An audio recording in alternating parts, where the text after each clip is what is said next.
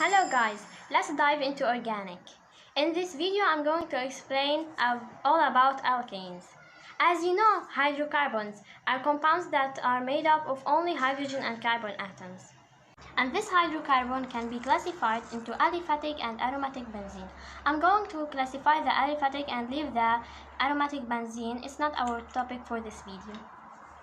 Okay, so aliphatic can be saturated, which I mean by single carbon-carbon bond, that's called alkane, by which its general formula is CnH2n+2. Let me explain the general formula for alkanes. Here we have this saturated compound, and obviously it's an alkene, single carbon-carbon bond. And here how to find the general formula for it. Here we have 5 carbon atoms, and here we want to find the number of hydrogen atoms rather than counting them and wasting time. Just follow this rule. Multiply the number of carbon atoms by 2 and then add 2. Here we will get the number of hydrogen atoms.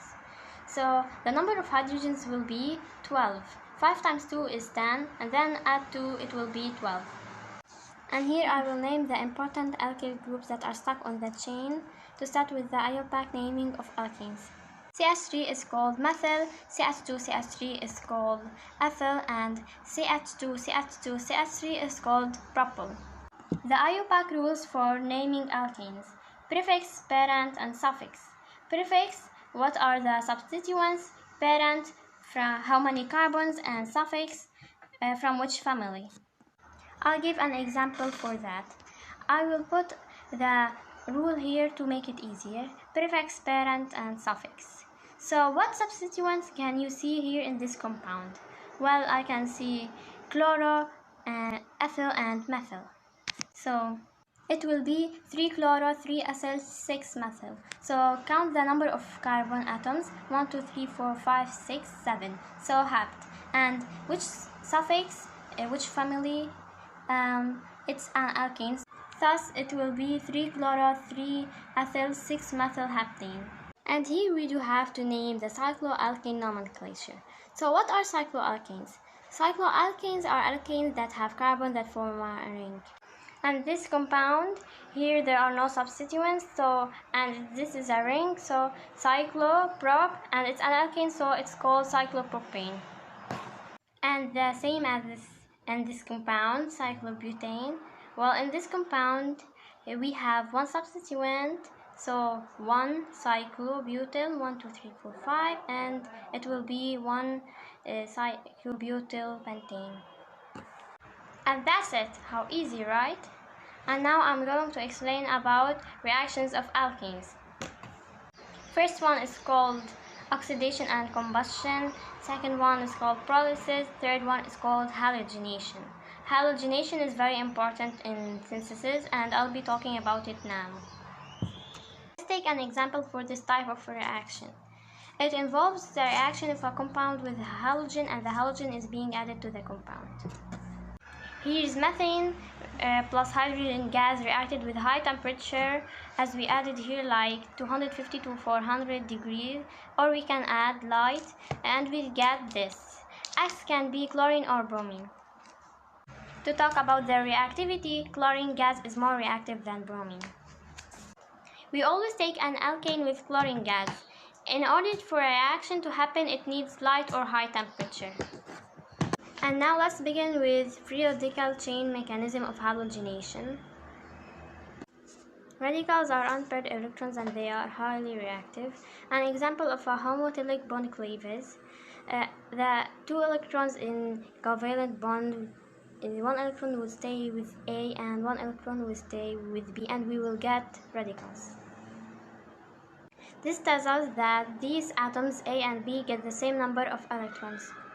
The free radical mechanisms are mechanisms describing the steps of reaction. The first step is called initiation.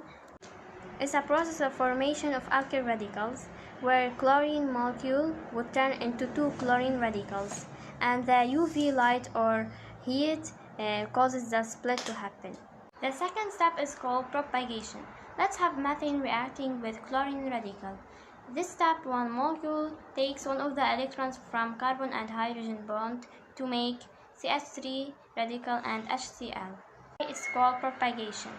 And this CH3 radical that we made is reacting with chlorine and makes CH3Cl and chlorine radical. The last step is called termination. Like every two dots, they got connected to each other. For example, a chlorine radical reacting with chlorine radical and make chlorine. As I said, two dots together. And now I'm going to explain the topic that I love the most, that is Newman projection. So what are conformers? Conformers are stereoisomers by which the atoms are connected in the same order but arranged differently in space. They cannot. Alkanes can rotate. I'm going to draw the Newman projection of this molecule. It's an ethene. The back carbon is drawn as a big circle while the front carbon is drawn as a dot. As you see in the first carbon, we will draw it as a dot, and the further carbon is drawn bigger, like this. The first carbon is bounded to 3 hydrogens, so I'll draw the 3 substituents, and the same as in the carbon 2, that is bounded to 3 other hydrogens, and they are staggered because they are far from each other. I'll be now explaining and drawing the Newman projection of butane. Let's start with carbon 2. The carbon 2 is drawn as a dot, and it's bounded to a methyl group and 2 other hydrogens. And I'm going to place the methyl group at the top. The carbon 3 is the back carbon and it's drawn as a big circle. It's bounded to 2 hydrogens and 1 methyl group. And I will place the methyl group at the bottom. And the hydrogens there. Obviously, it's a staggered conformation because the methyl groups are so far from each other and the dihedral angle between the 2 methyl groups is 180. Specifically, this conformation is called anti-staggered. I'll start with the other Newman projection. I'll keep the position of carbon 2, but I'll change the position of second methyl group to here and the hydrogens will be there. This conformation is also staggered, but it has a different name or specific name for it, that is gauche, and the dihedral angle between the 2 methyl groups is 60 degrees.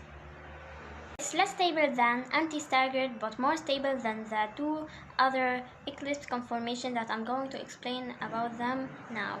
Explain the first type of eclipse conformation, where I'm going to place a hydrogen at the top, and this hydrogen eclipses the methyl group, by which it will be the third most stable, and the dihedral angle between the 2 methyl groups is 120 degrees.